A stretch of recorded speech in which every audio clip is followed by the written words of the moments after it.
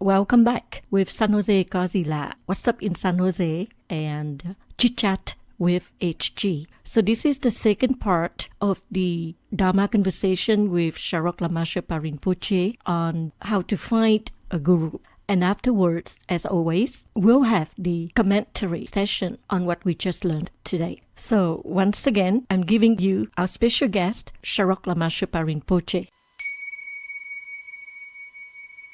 To wrap it up for today, Rinpoche-la, one more question, please. How can you find another teacher? It's like when you find your guru, you know this is your root guru and he's everything. You don't need to find another teacher. You don't need to find another guru because you know this is your root guru. And then it's like all you have now disappeared.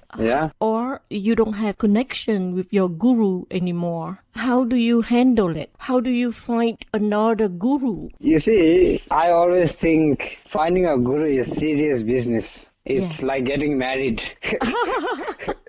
I mean, nowadays, marriage has become so, in a way, sort of like, sort of diluted. You get married, you get divorced, you get married, you get divorced. Right. But in the early days, marriage was a very serious thing. Yes. People would take it seriously. You not just, you would find someone who... Like a soulmate. Yeah, like a soulmate, something like that, Yes. Someone who touches you, someone who understands you, someone who's able to help you, someone who's, able to support you, give you, give you support, be able to be there, so on and so forth. So many conditions. Yes. So finding a spiritual guidance is similar to that. Correct. A guide is someone you need to trust, first of all. Yes. So you need to find someone who's trustworthy. I see. Now, some people are good at talking. Some people are good at, public relations. Some people are good at so many different kinds of people. So the main thing is, like I said, you need to find someone who you trust.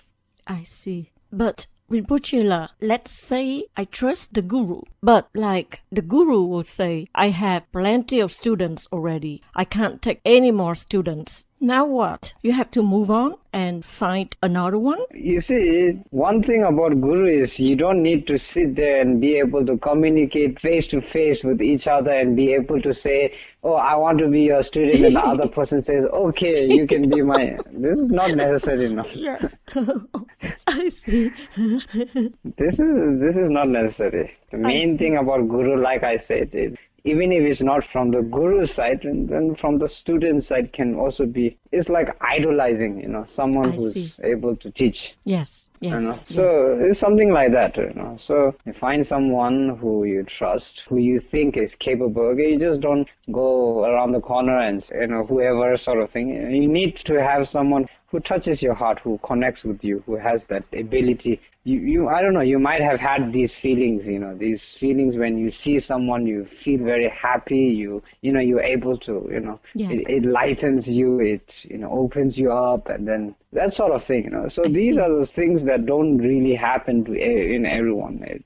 There you see that there are connections. Yes. And then, like I said, the main thing is trust. Yes. Someone you can trust, not someone who, because problem with guru is, you find someone, then you take him as a guru, and then later you find some mistake in him, then you start criticizing him, then your practice goes into vain. Yes. Instead of it going to, your practice being able to guide you, what happens is it goes into vain because you create negativity. I see. So the main thing, like I said earlier, getting married. And you find a partner who you can trust, who you can live with a false with, and who you can accept, Yes. So something like that. Wow. That's the main thing. Yes, the second thing about guru, like I said, it doesn't necessarily have to come from both sides. It's a connection that you build. It's not a connection that builds from both sides. And it's a connection that you build. So when you look for a guru, if you look in the Lamrim and you see the definition of a guru and a disciple's connection, what happens is they describe about the, the samaya or the commitment. Yeah, the samaya. Yeah. So what happens is first the guru has to be someone who is worthy calling a guru. Yes. Meaning there are definitions that, there are points that the guru has to, someone who's sincere, someone who's trustworthy, someone who's able to guide you, that sort of thing. And then from the student side, someone who's, willing to listen, someone who's willing to, accept, someone who's willing to follow, something like that. Yes. So I think those are the main things.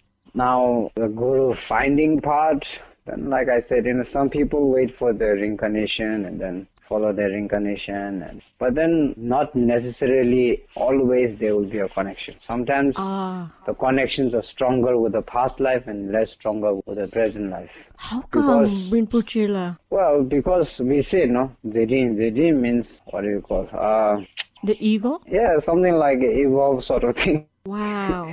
With time, then people change, then mindset change. And even the guru, because the people change and the mindset change, then also some gurus, what they do is they change their character as well. Then sometimes characters, then for normal people, sometimes the characters, because change, then we don't really like change. We always like no change. We don't like change much. Yes. Yeah. Our hair starts to grow white, we don't like. Our face starts to have wrinkles, then we don't like. Then our teeth starts to fall out, we don't like. Then we need to change house, we don't like. You see? So the problem with us is we don't come in the acceptance with an impermanence, right? We don't come to accept the changes of impermanence. So when there is some change, then there's dislike. Ooh. So, a lot of these things. But I feel like, Rinpoche La, when you showed me the pictures of yours, and your student was able to reconnect with you, that story so touching for me, very beautiful, and I'm very grateful that you showed it to me at the time that I needed the most. Yes, Rinpoche La.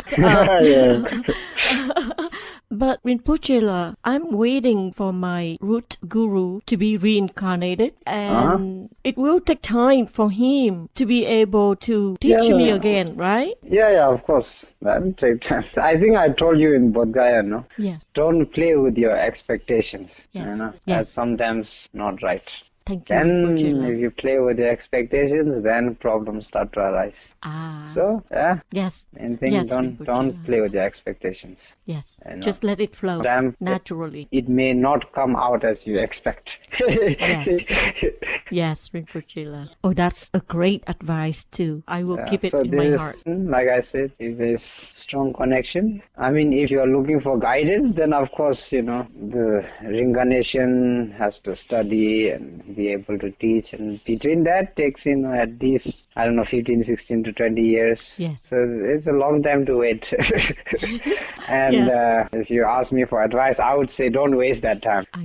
It's still, you don't have to wait. You can still read, you can still study, you can still try to figure out ways, the paths. Yes. But Rinpoche La, you still have that connection with one of the students that you showed me the pictures. And I think that's beautiful. She's still, and the connection is still there, right, Rinpoche La? And you still can teach her. Yeah. Oh, that's wonderful. Yeah.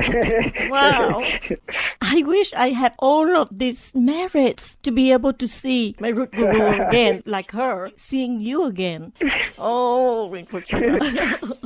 Thank you so much, Rinpoche La, for this teaching problem. today. My pleasure. Thank you. So until the next time. Yeah, no problem. Sure. So before we problem. say goodbye until next time, you have anything else to tell us, Rinpoche La? No. Nothing else. You have a great day, Rinpoche La, and thank you so much for being on my you too. show. Thank you, Rinpoche La. Okay. Bye-bye, Thank you. Rinpoche La. And thank you so much to all of my listeners.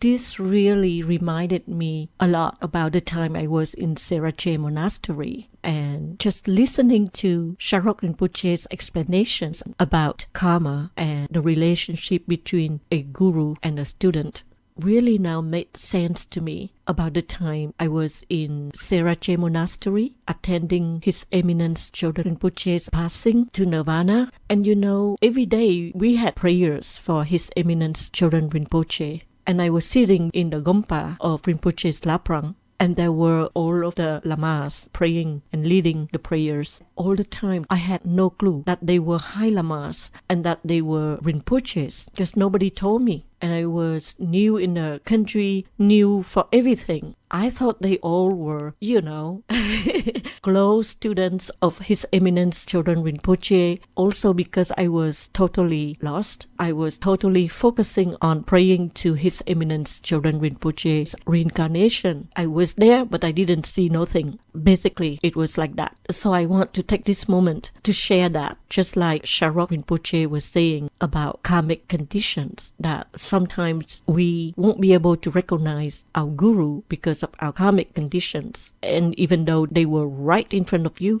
you couldn't recognize them as your past guru. And I would like to take this moment to really say, please forgive me, Rinpoches lah, all of you.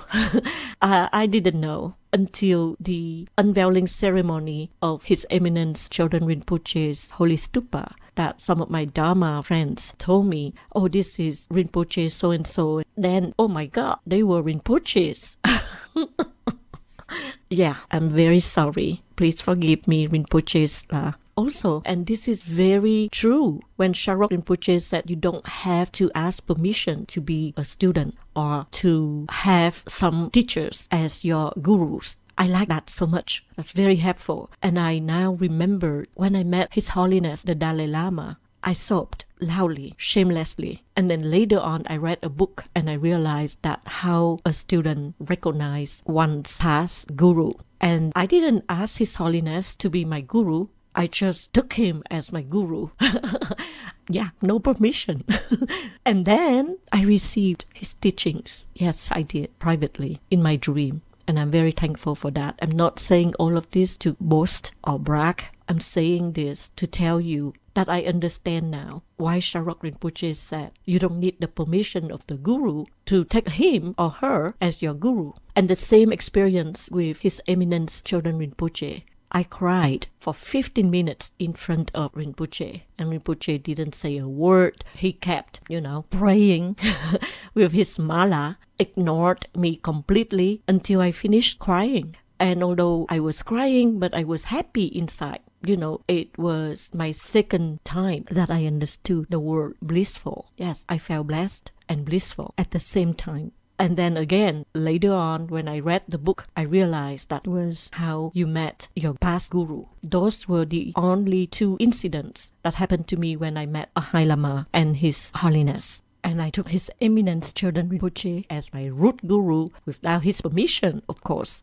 We didn't sit down and say, okay, Rinpoche, now you're my root guru. No, we didn't do that. Exactly like Charok Rinpoche just mentioned. But then the same thing, His Eminence Children Rinpoche came to my dreams so many times to teach me how I should take care of certain things in my life. And it's always, at a very critical time in my life. And that was just the reassurance that he was my past root guru. And because he was perfect, Children Rinpoche was, like everybody said, even the High Lama said, a living Buddha. I felt the same way. And I was lucky enough to be able to have him to guide me. I didn't need any more guru, honestly. And so when Rinpoche entered to Nirvana, it was tough. It was really a tough time for me. I felt like I was left out once again without a parent, without a guide, without someone that I could trust and could lean on safely. And if you look at the whole life of His Eminence Children Rinpoche, I challenge you. You cannot find any stain, no stain. At least from the period that I met His Eminence Children Rinpoche, I couldn't see no mistakes, no stains, no nothing. Just pure heart, beautiful teachings, straight to the heart. You could not misunderstand him. There were never two meanings. It's the way it is. It's like that. Everyone could understand, no misunderstanding. So for me, I'm very grateful to find Charok Rinpoche on the day that I was totally lost. When we unveiled the stupa of His Eminence Children Rinpoche, it was a shock to me to realize that sure, he was no longer with us. I mean, there was a denial time within me. Even the time that I was sitting in front of his altar, still hoping that Rinpoche would somehow magically come back in the same form. So with that, I'd like to thank for listening to my radio show. And if you want to ask Charok Rinpoche any questions, feel free to write to me on my timeline Facebook, or you can write to me on my email of the radio show, which is sjgozila@yahoo.com. So sjcogila@yahoo.com. Okay, I wish you a wonderful day and a happy life. Tạm biệt. Au revoir.